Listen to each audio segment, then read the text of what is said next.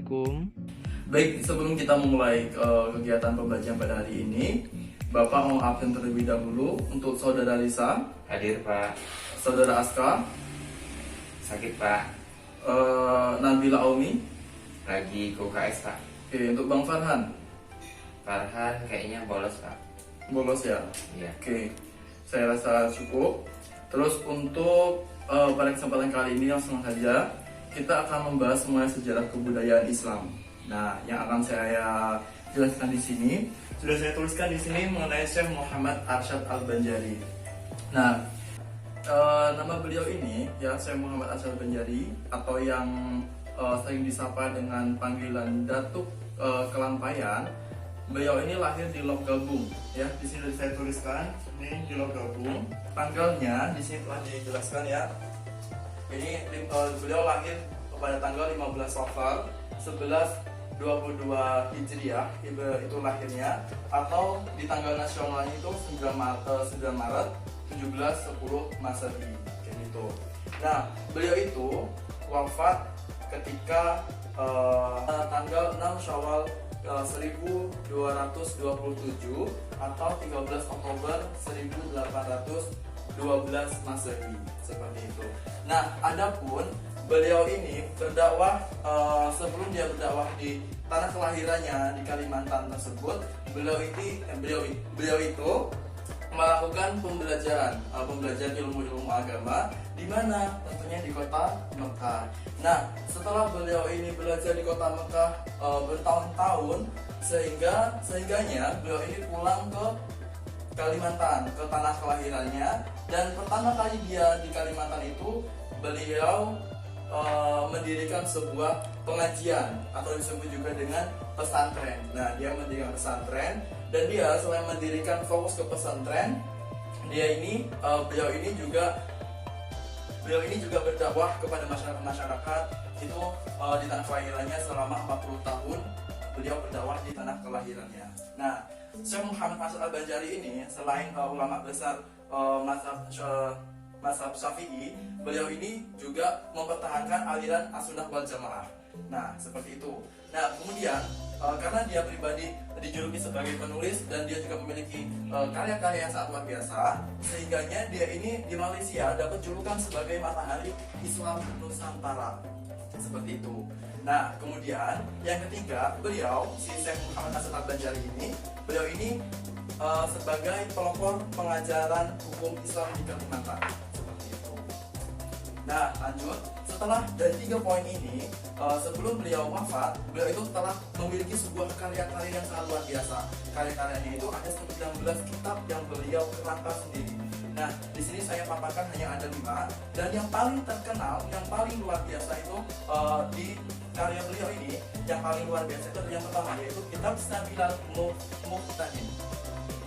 Nah, yang kedua, karya beliau itu ada Kitab Usuluddin. Ini Kitab Usuluddin ini belajar mengenai tentang sifat 20. Sifat 20. Kemudian yang kedua itu ada Kitab Fathul Maulidin. Ini tentang itikat atau perbuatan sesat gitu. Nah, yang ketiga itu ada Kitab Naqtajul Ajian yang membahas tentang wanita atau suami istri. Nah, yang keempat, ini ada Kitab Faraid atau membahas tentang harta. Oke ya. Nah, ini lebih Bapak terangkan mengenai kelahiran beliau dari yang tadi 15 Safar 1122 Hijriah. Terus dia lahir tadi di mana? Di Lok-Galbung, Martapura, Kalimantan Selatan. Nah, dari habis kelahiran, kemudian dia berdakwah di tanah kelahirannya selama 40 tahun. Beliau berdakwah, kemudian dia juga dijuluki sebagai matahari Islam Nusantara. Kemudian dia juga memiliki karya-karya yang luar biasa. Kali Bapak mau tanya dengan kalian. Oke, pertanyaannya ini kapankah Syekh Muhammad Arsyad dilahirkan? Pada tanggal berapa yang tahu? Pak. Oke, sudah bisa. Tanggal 15 Safar 1122 Hijriah. Ya, bener banget. Kalau untuk tanggal nasionalnya ada yang tahu? Tanggal nasional, katanya 15 Safar nih, ini kelahiran beliau. Kalau untuk tanggal nasionalnya berapa yang tahu? Di papan tulis sudah diterangkan. 19 Maret 1710 Masehi Pak. Dan nih untuk saudari Amoy yang tadi habis dari kamar mandi udah balik nih, kayaknya nggak mendengar materi, jadi nggak bakal bisa jawab kayaknya. Jadi saya lempar aja ke Bang Farhan. Kayaknya Bang Farhan sendiri ini udah balik nih. Yang tadi katanya bolos kata Risa, gitu kan. Nah, udah balik. Sekarang saya mau tanya sama Bang Farhan nih. Ini kalau bisa nanti nggak saya tulis bolos, tapi langsung dapat poin kehadiran kayak gitu. Nah, saya mau tanya. Di sini sudah dipaparkan semuanya tentang materi-materi tentang Syekh Muhammad Arsyad Al-Banjari. Oke, di sini sudah saya terangkan baik dari kelahiran, beliau hijrah di sini selama berdakwah selama berapa tahun, kemudian semuanya dan bahkan karya-karya sudah diterangkan. Saya mau tanya ke Bang Farhan. Oke, di sini Bapak mau tanya, dijuluki sebagai apa Syekh Muhammad Arsyad Al-Banjari di kota Kalimantan? Nggak tahu, Pak. Nah, makanya buat besok lagi, buat teman-teman nih, buat pembelajaran, kalau bisa di pembelajaran Bapak jangan ada yang namanya bolos ataupun izin, kecuali mau ke kencing atau mau ke toilet gitu ya. Nah, beliau ini ketika di Kalimantan dijuluki sebagai Datuk Kelampayan. Diingat-ingat ya, dari mana? Datuk Kelampayan. Oke, ini adalah nama panggilan beliau ketika di Kalimantan. Kemudian dia juga selain Datuk Kelampayan, dia dapat julukan Kota Malaysia dengan julukan apa? Ada yang tahu? Matahari Islam Nusantara. Benar. Nah, beliau sebelum beliau ini sebelum mendirikan pesantren, ya, beliau ini sebelum mendirikan pesantren, beliau ini menempuh pendidikan. Ada yang tahu pendidikannya di mana? Di kota Mekah. Nah, sekembalinya di kampung halaman, tadi seperti yang Bapak terangkan di atas, itu beliau membuat semacam kayak pesantren seperti itu. Pesantrennya bernama Dalam Pagar, ya, Dalam Pagar. Nah, kisah tempat pengajian ini atau sebagai pesantren ini diuraikan dalam buku seri pertama intelektual pesantren, potret tokoh dan cakrawala pemikiran di era pertumbuhan pesantren. Nah, terbitan Diva Pustaka di Jakarta. Mulanya tulis buku ini, lokasi ini berupa sebidang tanah kosong yang masih berupa hutan belukar pemberian Sultan Tahmid Allah gitu. Nah, penguasa Kesultanan Banjar saat itu. Nah, kemudian Syekh Arsyad menyulap tanah tersebut menjadi sebuah perkampungan yang di dalamnya terdapat rumah, tempat pengajian, perpustakaan, dan asrama para santri. Masalah ini. Nah, jadi apa sih fungsi dari pesantren ini dibangun? Nah, fungsi dari pesantren ini dibangun di luar kota Martapura ini bertujuan untuk menciptakan lingkungan. Menciptakan lingkungan yang seperti apa? Nah, tentunya menciptakan lingkungan yang kondusif bagi proses belajar mengajar para santri. Selain berfungsi sebagai pusat keagamaan, di tempat ini juga dijadikan sebagai pusat pertanian. Nah, kemudian Syekh Muhammad Arsyad bersama beberapa guru dan muridnya itu mengolah tanah yang tadinya kosong di lingkungan itu dijadikan sebagai kayak sawah dan lahan pertanian yang sehingganya dapat dikatakan sebagai yang produktif, dan kebun sayur serta membangun sistem irigasi untuk pengairan lahan pertanian gitu. Nah, gini ya. Beliau, si Syekh Muhammad Arsyad ini dalam menyampaikan ilmu-ilmunya itu ada beberapa metode ya. Ketiga metode itu sama lain saling menunjang, selain dengan cara bilhal, yakni keteladanan yang direfleksikan dalam tingkah laku, gerak-gerik, dan tutur kata sehari-hari yang disaksikan langsung oleh murid-muridnya. Dalam menyampaikan ilmu-ilmunya, beliau ini, si Syekh Muhammad Arsyad, ini memiliki beberapa metode. Ada 3 metode. Dari cara penyampaian beliau itu menyesuaikan semuanya. Ketika lagi di pesantren, dia menyesuaikan bagaimana tingkah laku beliau ketika bagaimana menyampaikan materi-materi dakwahnya ketika di pesantren, ketika di tempat masyarakat sekitar Kalimantan tersebut, beliau pun juga menyesuaikan bagaimana cara dan metode untuk menyampaikan sebuah dakwah beliau kayak gitu. Nah, dari semua kan terkenal nih beliau ini sebagai seorang penulis dan lain sebagainya. Dari bakat karya tulis beliau tadi sudah diterangkan ada 19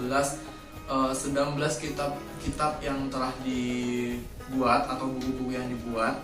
Nah, tadi yang pertama itu ada kitab Sabilal Muhtadiin. Itu adalah kitab paling terkenal dari banyaknya macam kitab-kitab yang telah beliau susun gitu. Itu adalah kitab yang paling terkenal kayak gitu. Oke ya. Nah, jadi dari tadi Bapak udah menyampaikan dari sejarah beliau dari Syekh Muhammad Arsad Al-Banjari tersebut. Kali ini Bapak mau mengevaluasi sedikit materi yang telah Bapak sampaikan. Jadi setelah kita mau mempelajari mengenai beliau tentang pendidikan Syekh Muhammad Arsad Al-Banjari, ulama besar di Kalimantan, kita akan melakukan mengevaluasi pembelajaran pada kesempatan kali ini. Jadi ada beberapa pertanyaan yang akan Bapak tanyakan ke kalian. Bapak pengen tahu bagaimana sih daya tangkap kalian ketika Bapak menyampaikan materi. Gitu. Saya mau tanya dari langsung Bapak tunjuk untuk saudara Lisa. Nah, untuk saudara Lisa ini saya mau tanya kapankah beliau dilahirkan? Pada tanggal 15 Safar 1122 Hijriah Atau nasionalnya? 19 Maret 1710 Masehi. Iya benar. Nah, terus saya mau tanya lagi nih, beliau lahir pada tanggal tadi 15 Safar 1122 atau 19 Maret 1710. Oke, sekarang saya mau tanya sama Bang Farhan, tadi udah lahir, kemudian pasti ada wafatnya. Nah, kalau saya mau tanya sama Bang Farhan, kapankah beliau Syekh Muhammad Arsad Al-Banjari ini wafat? Kalian tahu, Bang Farhan? Lupa Pak. Lupa. Nah, makanya buat besok-besok jangan bolos lagi ya untuk Bang Farhan. Nah, jadi beliau ini wafat di hari Selasa 6 Syawal 1227 atau bertepatan tanggal nasionalnya itu 13 Oktober 1812 Masehi gitu. Nah, jadi dari semua pembelajaran yang tadi Bapak sampaikan, Bapak memiliki suatu motivasi buat kalian dari pembelajaran Syekh Muhammad Arsad Al-Banjari. Jadi beliau itu mengajarkan kepada kita ketika kita pribadi mau menyampaikan dakwah itu harus menyesuaikan dengan kondisi.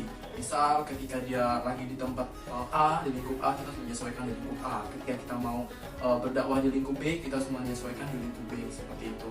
Juga kan untuk yang dapat dipetik dari Syekh Muhammad Arsad Al-Banjari ini, dari tadi yang namanya pelopor, beliau kan dijuluki sebagai pelopor pengajaran hukum Islam di Kalimantan Selatan. Otomatis kita pribadi juga harus seperti beliau. Kenapa seperti beliau? Dia itu bahkan mendapatkan julukan-julukan dari orang-orang karena sikap-sikapnya dia yang benar-benar cara menyampaikan dakwahnya yang bisa merangkul, mengajak dalam kebaikan dan lain sebagainya. Baik, karena ini waktunya udah mau habis, jadi dipersingkat aja.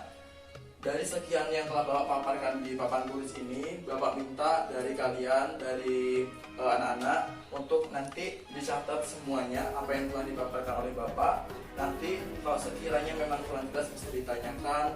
Ketika udah istirahat pula nanti boleh ke kantor untuk tanya, Pak tadi ini bagaimana ya Pak? Kayak gitu ya. Nah, ini nanti ada tugas, ada materi-materi yang telah Bapak buat, nanti saya bagikan. Kemudian di bagian terakhir itu ada tugas gitu. Jadi Bapak minta untuk besok pagi, gimana caranya sebelum ketika Bapak udah masuk ke kantor, berkas semuanya, tugas-tugasnya udah dikumpul di meja kantor Bapak, ya. Oke. Ada yang mau ditanyakan? Cukup Pak. Cukup. Oke ya, Bapak kira cukup pembelajaran pada kesempatan hari ini mengenai sejarah kebudayaan Islam dari Syekh Muhammad Arsad Al-Banjari, dari ulama besar di Kalimantan. Bapak cukupkan pertemuan pada kesempatan kali ini. Bapak akhiri, wallahu muwaffiq ila aqwamit thoriq. Wassalamualaikum warahmatullahi wabarakatuh. Waalaikumsalam warahmatullahi wabarakatuh.